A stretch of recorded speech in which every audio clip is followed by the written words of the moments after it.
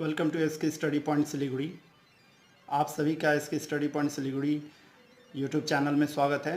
आप प्लेलिस्ट में जाइए एसके स्टडी पॉइंट सिलीगुड़ी के और प्लेलिस्ट में जाकर क्लास वाइज या टॉपिक वाइज या सब्जेक्ट वाइज प्लेलिस्ट को चुनिए और स्टडी कीजिए, आपको बहुत अच्छा लगेगा।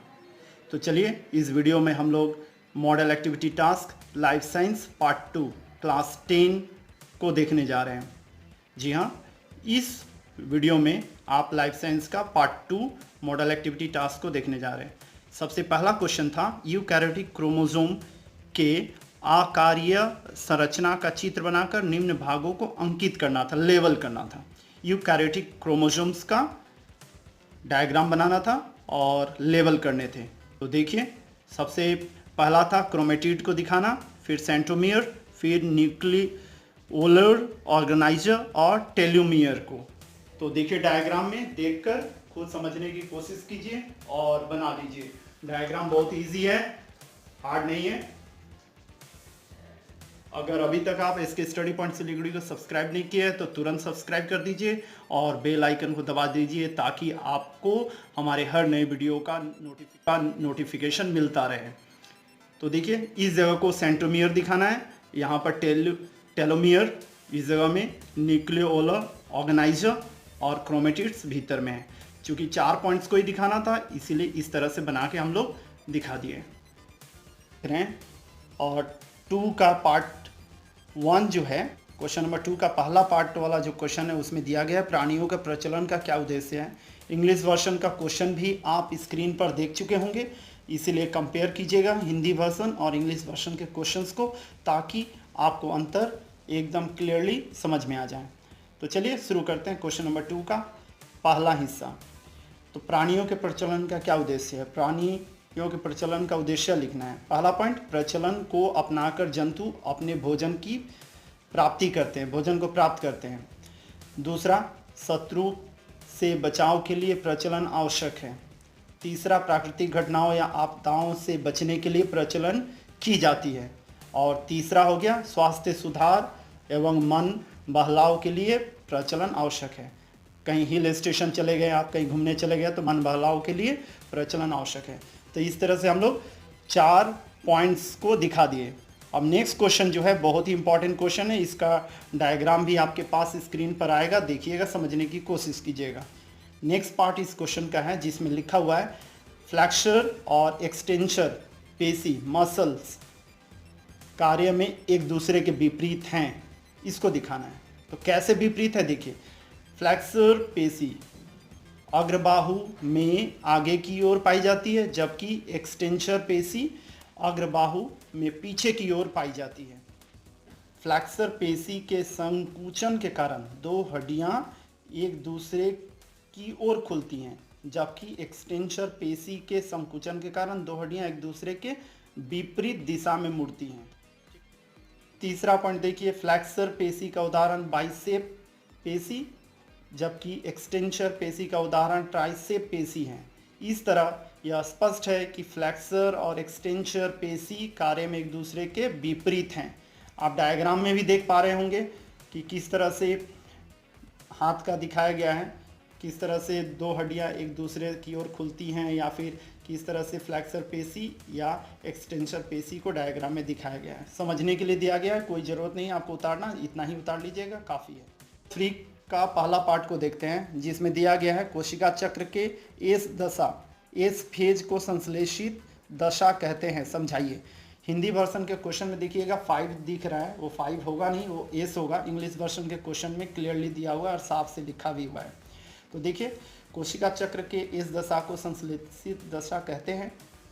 कोशिका वृद्धि और कोशिका विभाजन के समय होने वाले सभी परिवर्तनों को सामूहिक रूप से कोशिका चक्र कहते हैं, ठीक है, सेल साइकिल बोलते हैं। कोशिका चक्र के G1 और G2 फेज या अवस्था के बीच एज फेज में डीएनए का रेप्लिकेशन या सिंथेसिस होता है, संश्लेषण होता है इसी फेज में, एज फेज में। अर्थात माइटोसिस के पहले इंटरफेज के दौरान एस फेज होता है और डीएनए के संश्लेषण के लिए एस फेज ही जिम्मेदार होता है।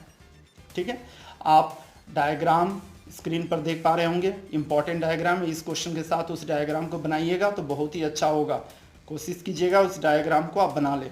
इस तरह एक कोशिका की अनुवांशिक सामग्री दोगुनी हो जाती है और पुत्री कोशिकाओं में विभाजित होने हेतु पर्याप्त डीएनए उपलब्ध हो जाता है। अतः कोशिका चक्र के इस दशा में को संश्लेषित दशा या सिंथेसिस फेज कहा जाता है। अगर अभी तक आप इसके स्टडी पॉइंट सिलीगुड़ी को लाइक और शेयर नहीं किए हैं तो बिल्कुल अभी कर दीजिए, ताकि दूसरे को भी इसके बारे में पता चले। और वीडियो अच्छा लग रहा होगा तो कमेंट बॉक्स में जाकर कमेंट जरूर कीजिएगा। नेक्स्ट पार्ट जो है उसमें बोला गया है डीएनए और आरएनए में अंतर स्पष्ट करना है।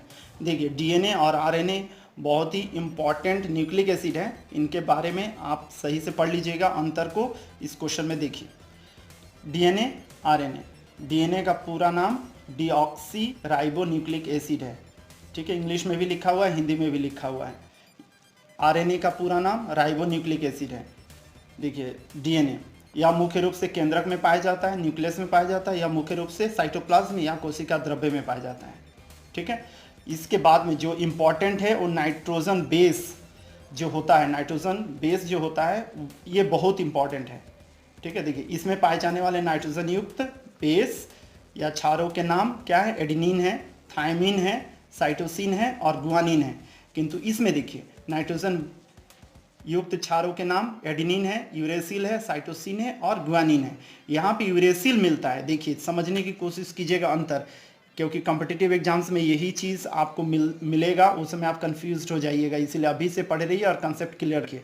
इसमें थायमिन मिलता है, इसमें यूरेसिल मिलता है, 4 बेस दोनों में मिलते हैं। नेक्स्ट पॉइंट को देखते हैं। यह दोहरे कुंडलियों मतलब डबल हेलिक्स का बना होता है। डायग्राम देख पा रहे होंगे स्क्रीन पर, समझ लीजिए। यह एक हरे कुंडली सिंगल हेलिक्स का बना होता है। इसके स्टडी पॉइंट सिलीगुड़ी का यह वीडियो बहुत अच्छा लग रहा होगा। Class 10 West Bengal board model activity task life science part 2 को हम लोग कर रहे हैं। नेक्स्ट क्वेश्चन की ओर बढ़ते हैं। क्वेश्चन नंबर 4 का पहला हिस्सा जो है उसमें दिया गया है एड्रेनलिन हार्मोन संकटकालीन परिस्थिति में महत्वपूर्ण भूमिका निभाता है। इसको एक्सप्लेन करना है कैसे। तो देखिए, एड्रेनलिन ग्रंथि के मेडुला के भाग से उत्पन्न होने वाला एड्रेनलिन हार्मोन संकटकालीन हार्मोन या इमरजेंसी हार्मोन कहलाता है। एड्रेनलिन क्या करता है? रक्त नलिकाओं में रक्त के दबाव को नियंत्रित करता है और इस कारण यह हार्मोन संकट के समय उत्पन्न होकर साहस प्रदान करता है। तो देखिए, मेन इंपॉर्टेंट पॉइंट है साहस प्रदान करना, ठीक है। इतना नोट कर लीजिएगा। आपका यह क्वेश्चन पार्ट 1 खत्म होता है। सपोर्ट मिल रहा है, इस कारण से बहुत बहुत धन्यवाद। यूं ही इसके स्टडी पॉइंट सिलीगुड़ी के साथ जुड़े रहिए और यूं ही नए नए चीज़ों को जानते रहिए। तो चलिए नेक्स्ट पार्ट क्वेश्चन नंबर 4 का देखते हैं। ट्रॉपिक और नेस्टिक गति में अंतर स्पष्ट करना था। ट्रॉपिक गति और नेस्टिक गति, ठीक है। Tropic movement, nastic movement. देखिए, पौधों की यह गति उद्दीपन की दिशा पर निर्भर करती है, पौधे की यह गति उद्दीपन की दिशा पर निर्भर नहीं करती है, ठीक है। जो उद्दीपन होता है उस पर निर्भर यहाँ पर नहीं रहता है। किंतु यहाँ पर देखिए, ट्रॉपिक गति जिसको हिंदी में अनुवर्तन गति कहते हैं, पर पौधों के अंग की बनावट का प्रभाव नहीं होता है। किंतु इसमें देखिए, अनुकुंचन गति बोलते हैं नेस्टिक को हिंदी में, पौधों के अंग की बनावट पर निर्भर करता है। इस प्रकार की गति से पौधों के अंगों में वृद्धि होती है ट्रॉपिक गति के कारण से। इस प्रकार की गति में पौधों के अंग में वृद्धि नहीं होती है, ठीक है। यह अंतर आप सही से समझ लीजिएगा। और नेक्स्ट पार्ट देखिए, 4th नंबर एक उदाहरण दिया गया है। जैसे प्रकाश के तने का प्रकाश की ओर गति करना और जड़ का प्रकाश के विपरीत बढ़ना, ये ट्रॉपिक मूवमेंट का उदाहरण हो गया। किंतु आप देखिए, छुई मुई मिमोसे या टच मी नॉट जिसको बोलते हैं, को स्पर्श करने पर इसकी पत्तियां अंदर की ओर मुड़ जाती हैं जब वो खिला हुआ रहता है कि नहीं, फैला हुआ रहता है तब। कि उसी तरह से सूर्यमुखी के पौधे के फूल जो होते हैं उसका जो गति करना, प्रकाश की ओर मुंह करते हुए गति करना, यह कहलाता है क्या? नेस्टिक गति का उदाहरण, ठीक है। तो उम्मीद कर रहा हूँ आपको यह वीडियो बहुत ही अच्छा लगा होगा। लाइक और कमेंट और शेयर जरूर कीजिएगा। Thank you very much for watching इसकी स्टडी पॉइंट सिलीगुड़ी।